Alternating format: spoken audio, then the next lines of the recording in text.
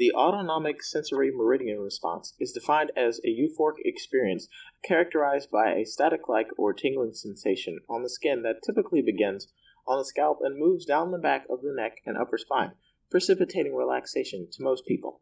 ASMR is usually triggered by soft sounds either spoken or generated.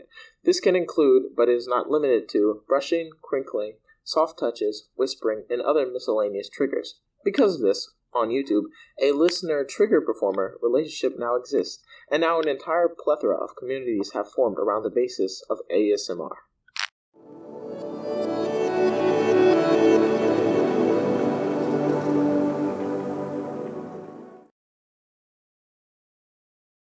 In our project's genesis, we proposed that people would exhibit the propensity to enjoy listening to ASMR, or at least rate the sensation as higher, when the listener and performer's gender inversely corresponded.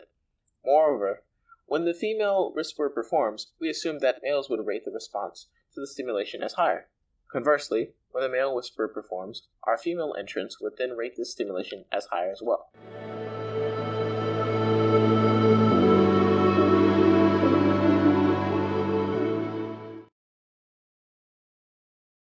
The core of ASMR includes both a stimuli and a response, with the most common stimuli being those that are visual, auditory, and tactile. Responses to these stimuli include tingles, chills, sudden feelings of euphoria, happiness, and or comfort. Sources of ASMR stimulation can be electronic, which is to say, from videos around the web, radio, and other places. And the stimulation may also originate from people, like someone giving a speech, someone whispering your secret, or someone performing some task.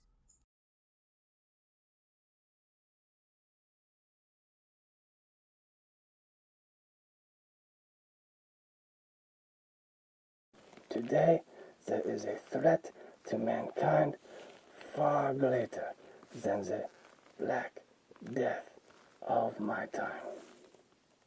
Millions of people across the world are suffering with anxiety, stress, insomnia, depression, PTSD, and much more. Here at the Ephemeral Rift YouTube channel, it is our goal to help relieve the people from these ailments through the applied use of ASMR. ASMR stands for the Autonomous Sensory Meridian Response. It is the tingling sensation that many people experience when hearing certain sounds such as crinkling, tapping,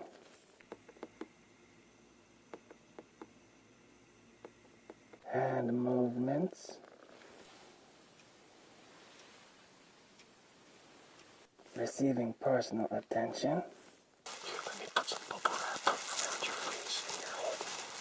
and much more.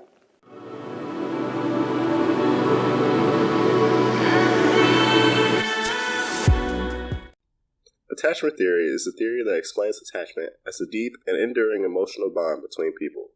John Bowlby, a strong supporter of attachment theory, observed that children separated from their mothers experienced strong signs of distress but would only become relaxed once the mother returned.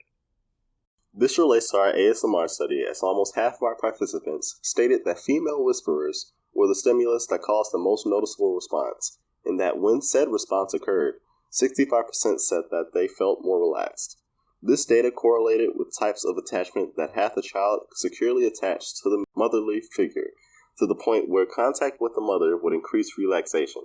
This supports our data that feelings of increased relaxation correlate to a motherly figure.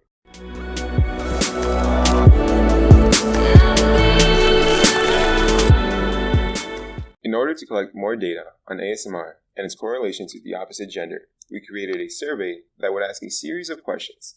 In the survey, we included 6 videos, 2 with male speaker, 2 with female, and 2 neutral.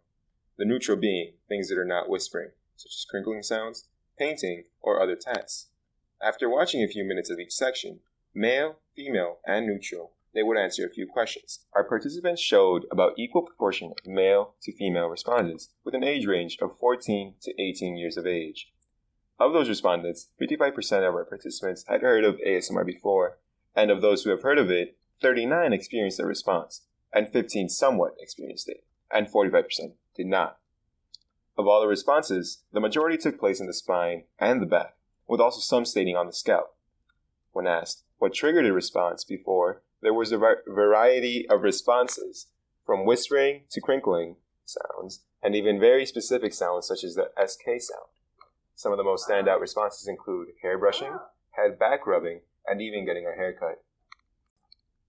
After watching the videos, 40% experienced a response, 36% somewhat experienced it, and 23% did not. As stated before, when asked which video was best, we had 46% say female, 19% say male, and 11% say neutral, and 23% said no response. After that, 43% felt an improved mood, and 65% felt more relaxed. In order to get some expert advice, we contacted Jennifer Allen, who coined the term ASMR, to answer a few of our questions. Here are some of her responses. How does ASMR impact you on a day-to-day basis? I use it during the day to reduce stress, improve my mood, and at night to relax when I'm going to sleep.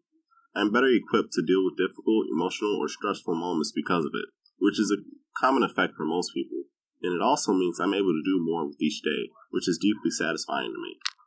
When asked what she thought about ASMR and how it has grown into a community and what she believes its application to be, she said, I know that there are more applications to ASMR than I originally imagined, and that the sharing and discovery of those applications will be both a personal experience and the hands of the community. After asking Nick J. Davis, a fellow researcher of ASMR, he directed us to his article where we confirmed the response location of ASMR stimuli perception. The image shows that the strongest ASMR sensations were in the head, spine, and shoulders, and got weaker with distance. After reviewing the results of our survey, we noticed a trend unique from our own hypothesis, but not completely unexpected. 46% of our survey takers responded saying that ASMR videos featuring a female performing a different actions triggered higher ASMR sensations.